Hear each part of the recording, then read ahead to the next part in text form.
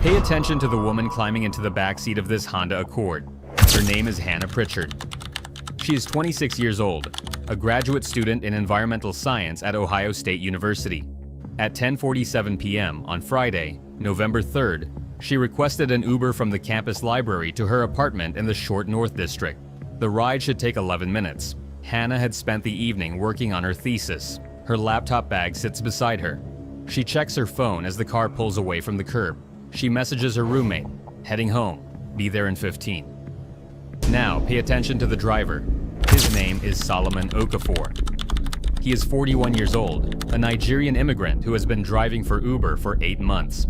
His profile shows 4.92 stars across 1,847 rides. No complaints, no incidents, no red flags. The dashcam mounted on his windshield records everything. At 10:58 p.m., the vehicle arrives at Hannah's apartment building on North High Street. The dashcam shows Hannah gathering her belongings. She thanks the driver.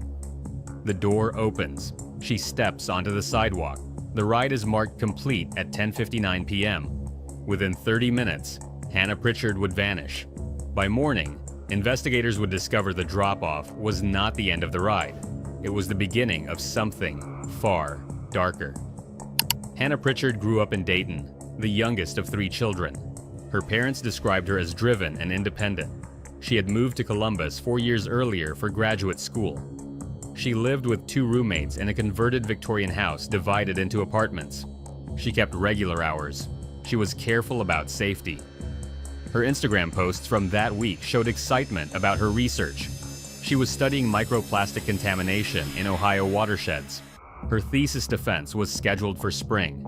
She had already received interest from environmental consulting firms. That Friday evening was unremarkable. Hannah arrived at the library at 6:00 p.m. Security footage shows her settling into her usual study carrel on the 3rd floor. She worked alone. At 10:40 p.m., she packed her bag and headed downstairs. 7 minutes later, she requested the Uber. Her roommate, Ashley Chen, was watching television when Hannah's message arrived at 10:48 p.m. Ashley replied immediately, "Kay, see you soon." She did not think anything was wrong. Hannah was always punctual. By 11:30 p.m., Ashley was concerned. Hannah's bedroom door remained closed, but the apartment felt too quiet. Ashley knocked. No answer. She opened the door. The room was empty. Hannah's keys were not on the hook by the door. Her coat was not in the closet. Ashley called Hannah's phone. It went straight to voicemail. At 11:47 p.m., Ashley called again. Still voicemail. She sent 3 text messages. None were delivered. At 12:15 a.m., Ashley called Hannah's parents. By 12:30 a.m., Hannah's mother, Margaret Pritchard, was on the phone with Columbus Police Department. The investigation had begun. The initial response was measured. Hannah was an adult. She had been gone less than 2 hours. Officers took the report and assured the family they would investigate, but stressed that most missing persons cases resolve quickly. Margaret Pritchard was not reassured. Her daughter did not disappear. Her daughter did not turn off her phone. Her daughter did not ignore messages. Something was wrong. Detective Vincent Morales was assigned to the case Saturday morning. He was a 12-year veteran of the Missing Persons Unit. He had handled hundreds of cases. Most involved runaways, miscommunications, or adults exercising their right to leave. But certain details caught his attention immediately. Hannah's phone had gone dark at 11:14 p.m. Not powered off gradually, terminated abruptly. Her last known location, according to cell tower data, was not her apartment building. It was 3 blocks south, near the intersection of High Street and 5th Avenue. The Uber ride had ended at her apartment. Why was her phone pinging from 3 blocks away 15 minutes later? Detective Morales requested the Uber ride data. The company responded within hours. Driver, Solomon Okafor. Vehicle, 2019 Honda Accord. License plate, GHJ 4721. Pickup time, 10:47 p.m. Drop-off time, 10:59 p.m. Route, standard. No deviations, no additional stops. The ride appeared completely routine. Morales contacted Okafor directly. The driver answered on the second ring. He remembered the passenger. Pleasant young woman, quiet, professional. she had thanked him when she exited. He watched her enter the apartment building before driving away. He saw nothing unusual. Okafor agreed to meet with police that afternoon. The interview took place at the Columbus Police Department's downtown headquarters. Solomon Okafor arrived at 2 p.m. on Saturday, November 4th. He was cooperative, calm, and appeared genuinely concerned when informed Hannah was missing. Okafor provided his timeline. After dropping Hannah at 10:59 p.m., he had driven south on High Street toward German Village, where he received another ride request at 11:06 p.m. That ride took him to the Brewery District. He completed 2 more rides before ending his shift at 1:30 a.m. He went home. He slept. He woke to the detective's call. Morales asked about the dashcam. Okafor confirmed it recorded continuously while the app was active. The footage was stored on a micro SD card in the device. Okafor handed it over without hesitation. The interview lasted 35 minutes. Okafor was released. He was not considered a suspect. He was a cooperative witness who had provided potentially crucial evidence. Detective Morales returned to his desk and loaded the dashcam footage onto his computer. What he saw in those 11 minutes would change everything. The dashcam captured the entire ride in crisp 1080p resolution. The timestamp was visible in the lower right corner. The audio was clear. 10:47 p.m. Hannah climbs into the back seat. She greets Okafor politely. He confirms her destination. She settles in and checks her phone. 10:48 p.m. The vehicle merges onto High Street, heading north. Hannah types a message. The message to Ashley. She puts her phone in her coat pocket. 10:52 p.m. Okafor makes small talk. He asks about her evening. Hannah mentions she was studying. The conversation is brief and unremarkable. She is polite, but not engaged. 10:56 p.m. The vehicle approaches the Short North District. Hannah begins gathering her belongings. She pulls her laptop bag onto her lap. 10:58 p.m. The Honda pulls to the curb outside Hannah's apartment building. The dash cam shows the building's entrance clearly. Brick facade, glass door, well-lit entryway. 10:59 p.m. Hannah thanks Okafor. She opens the door. She steps onto the sidewalk. She closes the door. And then the dashcam captures something no one expected. Hannah does not walk toward the apartment building. She stands on the sidewalk for 3 seconds. She appears to be looking at something out of frame. Then she walks south, away from her building, moving quickly. Okafor does not drive away immediately. The dashcam continues recording. For 11 seconds, the camera captures Hannah walking south on High Street, moving past parked cars, her laptop bag over her shoulder. Then she stops. A dark-colored SUV pulls alongside her.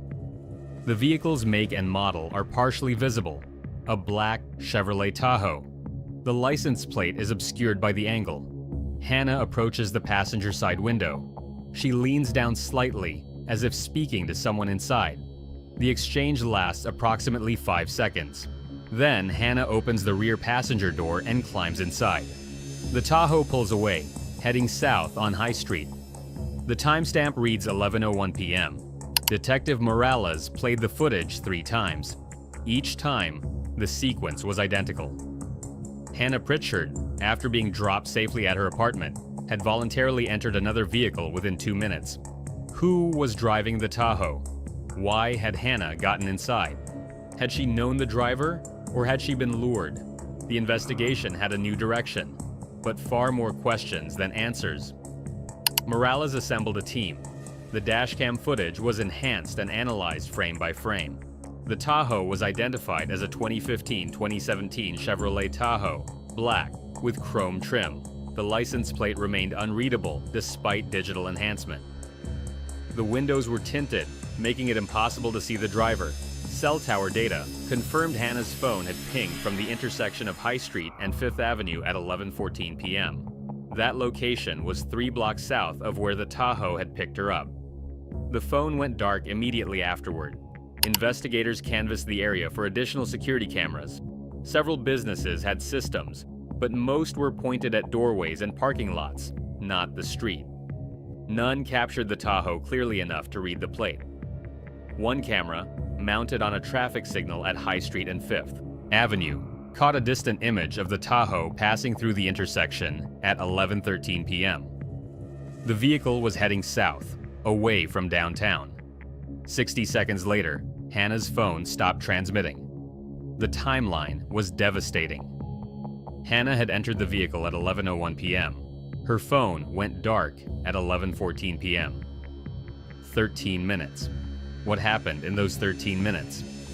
Margaret Pritchard issued a public plea on Sunday evening.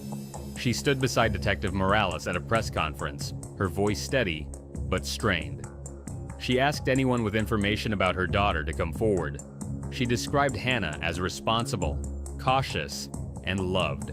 She did not understand why her daughter would get into a stranger's vehicle. The press conference aired on local news.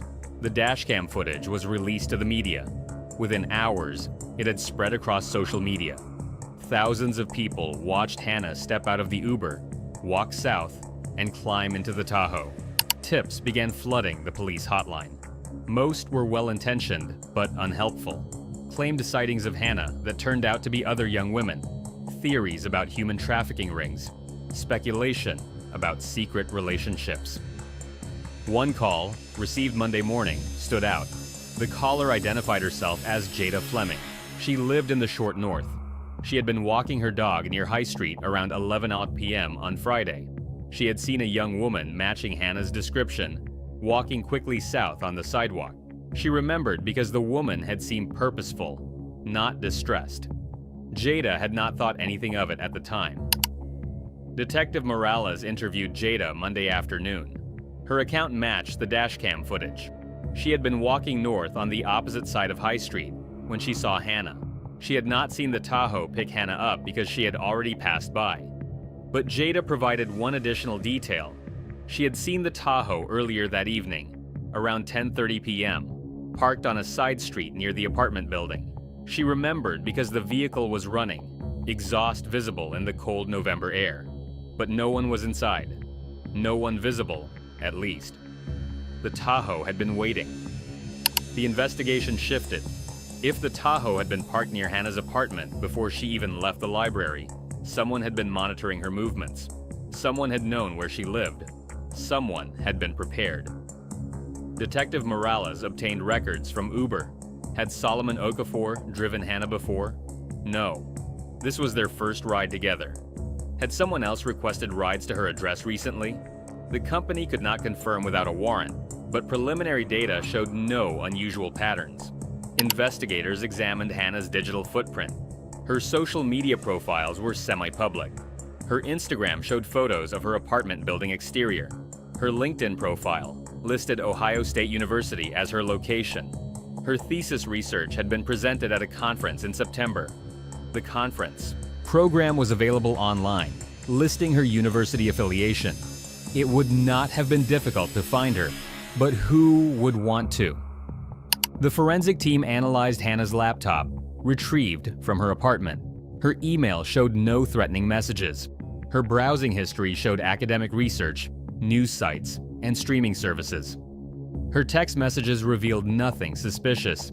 She had no dating app profiles. She had no recent conflicts or disputes. Hannah Pritchard appeared to have no enemies. On Tuesday, November 7th, 4 days after Hannah's disappearance, a break came from an unexpected source. A citizen uploaded dashcam footage to a Facebook group dedicated to the case. The citizen had been driving south on High Street around 11:20 p.m. on Friday. His dashcam had captured a black Tahoe heading south ahead of him. The footage was distant and brief, but when enhanced, the license plate became partially readable. KD, followed by 3 obscured characters. It was not much, but it was more than investigators had before. The Ohio Bureau of Motor Vehicles database contained 847 registered black Chevrolet Tahoes with license plates beginning with KD. The list was narrowed by model year, 2015-2017. That reduced the pool to 312 vehicles. Detectives began the process of locating and interviewing every registered owner. The interviews were methodical. Each registered owner was contacted, asked about their whereabouts on Friday night, and asked if anyone else had access to their vehicle. Most alibis were easily verified. Some owners no longer possessed the vehicle. Others had lent it to family members. By Thursday, November 9th, investigators had cleared 287 of the 312 registered owners. 25 remained. On Friday morning, Detective Morales and his partner, Detective Lisa Huang, arrived at the home of one of those 25, Adawael Bancol, age 38, a warehouse supervisor living in the Hilltop neighborhood on Columbus's west side. Bancol answered the door. He was a Nigerian immigrant who had moved to Columbus in 2014. He lived alone in a modest ranch house. He worked steady hours. He had no criminal record. His Tahoe was registered in his name. Detectives asked if he owned a 2016 black Chevrolet Tahoe, license plate KDM 6183. Bancol confirmed he did. They asked about his whereabouts on Friday, November 3rd. Bancol stated he had worked until 6 p.m., gone home, and stayed in for the evening. Detective Huang asked if anyone else had access to his vehicle. Bancol hesitated. Then he admitted his younger brother, Chukwudi, sometimes borrowed it. The detectives asked where Chukwudi was now. Bancol said he had not seen him in several days. Chukwudi had his own apartment in Franklinton. He worked irregular hours as a rideshare driver. He kept to himself. Detective Morales asked for Chukwudi's full name and address. Adewale provided it. Chukwudi Bankole, 29 years old, residing at an apartment complex on West Broad Street. The detectives asked if they could see the Tahoe. Adewale led them to the driveway. The vehicle was parked beside the house. Morales walked around it slowly, noting the chrome trim, the tinted windows, the condition of the tires. He asked when Chukwudi had last borrowed it. Adewale said Friday afternoon. Chukwudi had returned it Saturday morning. Detective Morales thanked Adewale for his cooperation. The detectives returned to their unmarked vehicle and sat in silence for 30 seconds. Then, Morales made a call. Within an hour, a warrant was being prepared for Chukwudi Bankole's apartment. The search warrant was executed Saturday morning, November 11th. 8 days after Hannah Pritchard had vanished, Chukwudi Bankole was not at his apartment. Neighbors reported they had not seen him in days. His landlord confirmed he had not responded to calls or messages since the previous weekend. The apartment was small and sparsely furnished, a studio with a kitchenette, bathroom, and one main living space. Detectives entered carefully, methodically documenting every detail. What they found confirmed their worst fears. A laptop sat on the kitchen table, password protected. Beside it, a legal pad covered in handwritten notes, phone numbers, addresses, first names. One name appeared multiple times, Hannah. In a closet, detectives found a folder containing printed photographs, images from social media profiles, Hannah Pritchard at a campus event, Hannah presenting her research, Hannah smiling outside her apartment building. Beneath the photographs, a campus map of Ohio State University, with Hannah's usual parking lot circled in red. In the bathroom, forensic investigators found a small amount of blood on the tile floor near the drain. Testing would later confirm it matched Hannah's DNA. On a shelf in the main room, a smartphone in a pink case, Hannah's phone. The screen was cracked. The device was powered off. Chukwudi Bankole had been monitoring Hannah. He had been planning.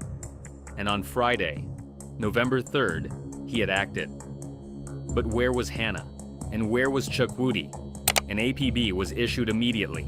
Chukwudi Bankole's photo was distributed to every law enforcement agency in Ohio and surrounding states. His vehicle, he owned a silver Toyota Camry, was flagged in every database. Investigators worked to reconstruct his movements. Cell phone records showed his device had been active until Sunday morning, November 5th. His last location, rural Fairfield County, approximately 40 miles southeast of Columbus. Search teams were dispatched to the area. Helicopters with thermal imaging equipment swept farmland and wooded areas. Cadaver dogs were deployed along remote roads and trails. On Monday, November 13th, searchers found the silver Camry abandoned on a gravel access road near a state park. The vehicle was unlocked. The keys were in the ignition. The interior was empty. Chukwudi's phone was found in the glove compartment, battery dead. 1 mile into the woods, search. Dogs located a makeshift campsite. a tarp stretched between trees, empty water bottles, protein bar wrappers, signs someone had been there recently. And then, 50 yards beyond the campsite, near a ravine thick with underbrush, the dogs stopped. They began barking frantically, circling a particular spot. The search team approached carefully. What they found was a shallow depression in the earth, covered with branches and leaves. The ground had been disturbed recently. Officers began to dig. Within minutes, they uncovered fabric, a jacket, dark blue, women's size medium. Hannah Pritchard had been wearing a dark blue jacket the night she disappeared. The excavation continued, slowly, carefully. Detectives and forensic specialists worked through the afternoon as daylight faded. At 4:47 p.m., they found her. Hannah Pritchard was buried 18 inches below the surface, her body wrapped in a plastic tarp. She was fully clothed. Her laptop bag lay beside her. The medical examiner would later determine she had died from asphyxiation. Time of death: late Friday night or early Saturday morning, within hours of her disappearance. Hannah Pritchard had been missing for 10 days. She had been dead for 9. The manhunt for Chukwudi Bankole intensified. His photograph was broadcast nationally. The FBI joined the investigation. A $50,000 reward was offered for information leading to his arrest. For 6 days, there was silence. Then, on Sunday, November 19th, a park ranger in Kentucky reported a suspicious individual near Cumberland Falls State Park, approximately 180 miles south of Columbus. The man matched Chukwudi's description. He was alone, on foot, and appeared disoriented. Kentucky State Police responded within minutes. Officers located Chukwudi sitting on a rock near the waterfall overlook. He did not resist arrest. He did not speak. He was taken into custody without incident. He was extradited to Ohio the following day. The interrogation began Tuesday morning at the Franklin County Jail. Detective Morales and Detective Huang sat across from Chukwudi Bankole and his court-appointed attorney. Chukwudi said nothing for the first 2 hours. Detectives presented the evidence methodically: the dashcam footage, the surveillance images, the photographs in his apartment, Hannah's phone, the blood evidence, the location of her body.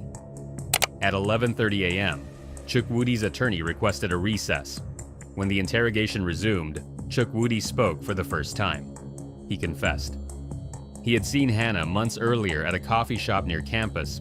She had smiled politely when he held the door for her. He had interpreted that smile as interest. He had followed her on social media. He had learned her routines. He had driven past her apartment building repeatedly. On Friday, November 3rd, he had parked near her building and waited. When the Uber dropped her off, he had called her phone, spoofing the number to appear as a campus security line, and told her there had been a report of suspicious activity near her building.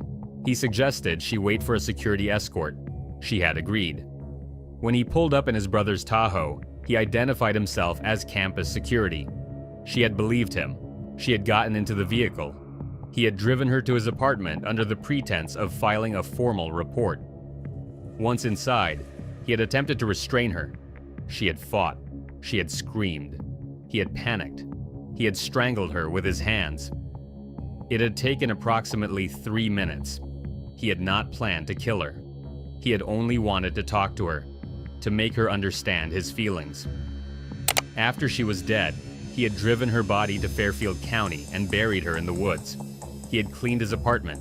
He had destroyed most of the evidence, but he had kept her phone.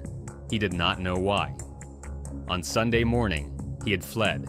He had driven south without a destination. When his car ran out of gas near the Kentucky border, he abandoned it and continued on foot. He had been walking for days when the park ranger found him. The confession lasted 43 minutes. Detectives asked clarifying questions. Chukwudi answered mechanically, showing no emotion. When asked if he had done this before, he said no. When asked if he was sorry, he said nothing. Chukwudi Bankole was charged with aggravated murder, kidnapping, and tampering with evidence. His trial began in August 2024. The prosecution presented overwhelming evidence: the dashcam footage, the surveillance images, the physical evidence from his apartment, Hannah's phone, the location of her body, and Chukwudi's own confession. The defense argued diminished capacity. Chukwudi had suffered severe childhood trauma in Nigeria. He had untreated mental illness. He had difficulty processing social cues and understanding boundaries. His actions, while criminal, were the result of profound psychological dysfunction. The prosecution acknowledged these factors. Assistant District Attorney Patricia Lynn was direct in her closing argument. Trauma may explain behavior. It does not justify it. The jury deliberated for 4 hours. Chukwudi Bankole was found guilty on all counts. On October 12, 2024, he was sentenced to life in prison without the possibility of parole. Hannah Pritchard was laid to rest in her hometown of Dayton on November 27th. More than 400 people attended her memorial service. Classmates, professors, friends, and family members shared memories of her intelligence, her dedication, and her kindness. Her thesis research was completed posthumously by a team of her colleagues. It was published in the Journal of Environmental Science in her name. The findings contributed to new state regulations on microplastic contamination. Margaret and Robert Pritchard established the Hannah Pritchard Safety Fund, which provides grants for campus security improvements and self-defense training programs. They have become advocates for rideshare safety legislation, pushing for mandatory interior cameras in all vehicles. Solomon Okafor, the Uber driver whose dashcam captured Hannah's final moments, continues to drive for rideshare companies. He has upgraded his dashcam system and now uses dual cameras, one facing forward, one facing the interior. He has testified before the Ohio State Legislature in support of mandatory dashcam requirements for all rideshare vehicles. The dashcam footage that captured Hannah walking toward the Tahoe has become a teaching tool for law enforcement agencies training detectives on digital evidence analysis. Ohio State University implemented new safety protocols following Hannah's death. Campus security now operates a verified escort service with tracked vehicles and authenticated personnel. Students can verify an escort's identity through a university app before entering any vehicle. Chukwudi Bankole is currently incarcerated at the maximum security Chillicothe Correctional Institution. He has filed no appeals. He has received no visitors. He remains in general population, serving his life sentence in silence. Hannah's apartment building still stands on North High Street. A small memorial plaque was installed near the entrance in her honor. It reads, "Hannah Pritchard, scientist student, daughter. Her work continues." Ashley Chen, Hannah's roommate, graduated with her own degree in public health the following spring. She now works for a nonprofit focused on crime victim advocacy. She speaks at safety awareness events, sharing Hannah's story and emphasizing the importance of vigilance and verified communication.